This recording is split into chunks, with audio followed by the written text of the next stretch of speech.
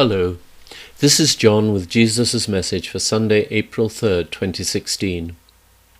Today he is reminding us that we each have a divine purpose as humans on earth at this time. You and God are one, and you cannot remain forever unaware of this divine truth. There are no accidents, there are only synchronicities. Every human is always on their chosen life path. Whatever arises is intended. That may seem like a harsh or insane suggestion when you look around at all the suffering in the world, or even at your own personal suffering. But everyone who incarnates as a human in any time era has, with infinitely wise spiritual guidance to assist them, made the free will choice to do so in that particular time and place, with great clarity of mind. You all have a divine purpose. Every child of God has a divine purpose, and that is to be yourself, the perfect being that God created. As humans within the illusion, that often seems not to be the case. By incarnating, you enter the illusion, a place of forgetfulness, memory loss, and in truth, insanity. Your purpose, every human's purpose, is to awaken from the illusory dream or nightmare and help others to awaken, in order to be once more yourselves. However, when you constructed the illusion, you used your infinite divine power to do so, and you intended to make it appear absolutely real, and in this you succeeded. Everyone on earth is a child of God, a divine being, absolutely perfect, because what God creates can only be perfect.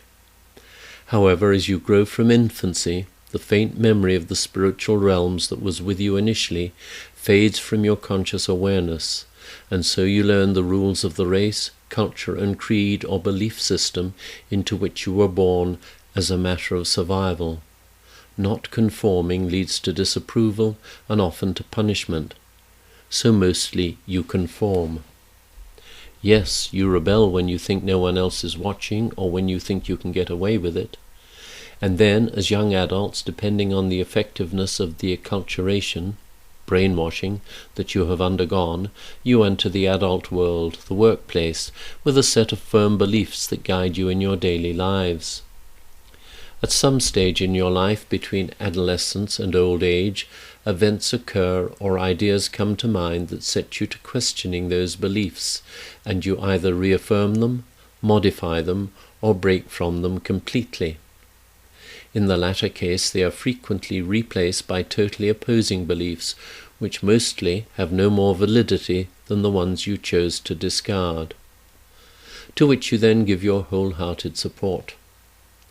Being a human and moving to awaken is a very difficult task, which is why you have so much assistance in the form of seemingly unforeseeable and unexpected meetings, relationships, events, or even catastrophes occurring in your lives, as well as the availability of unlimited assistance from those in the spiritual realms, whose sole purpose is to watch over you and respond instantly when you call on them for help.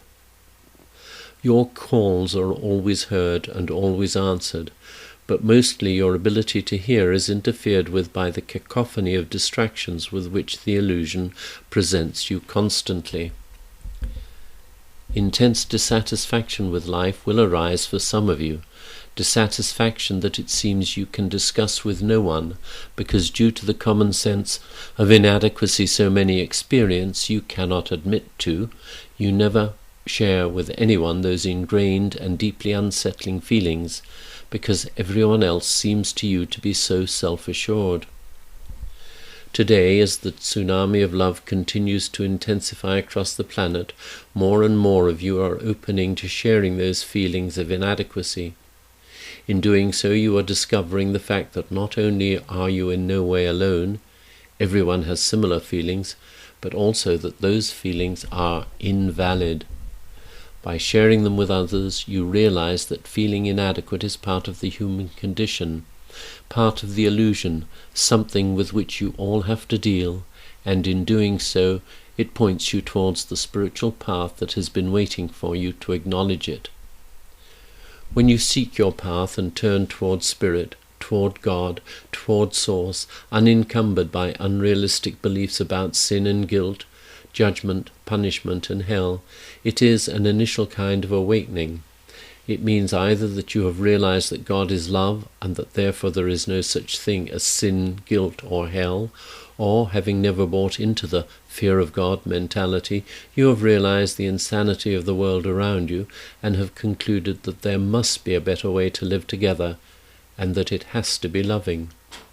And so, for the first time consciously, you set out along your own personal path to awakening. You have always been on it, you just had not realized it. For each one of you on earth there is only your own personal spiritual path. You cannot follow anyone else's, and no one else can follow yours. Seeking assistance from wise humans who you see are following a holy path, a way of life whereby they demonstrate love in action, can be very helpful. Nevertheless, they can only offer suggestions. They cannot tell you what you need to do. That is something you have to decide for yourselves using your inner knowing, your intuition, your higher or real self for the necessary confirmation. Guidance from mentors can greatly assist you and help you to avoid errors or pitfalls, but in the end, the path you follow is solely your own, and to others it may appear strange, wrong, or even insane. To return to the standard advice I offer you in every message, it is absolutely essential that you go within daily to your inner sanctuary or temple where the light that you share with God burns inextinguishably, and open your hearts to the boundless love that is offered to you. You are only seemingly separated from it by an extremely thin veil, and as your practice, your daily visits within, strengthens and becomes an effortless part of your daily lives, that veil will gently fade away until you can feel the presence of God within you. You and God are one, and you cannot remain forever unaware of this divine truth. Your awakening is divinely assured. Your loving brother, Jesus. Hello.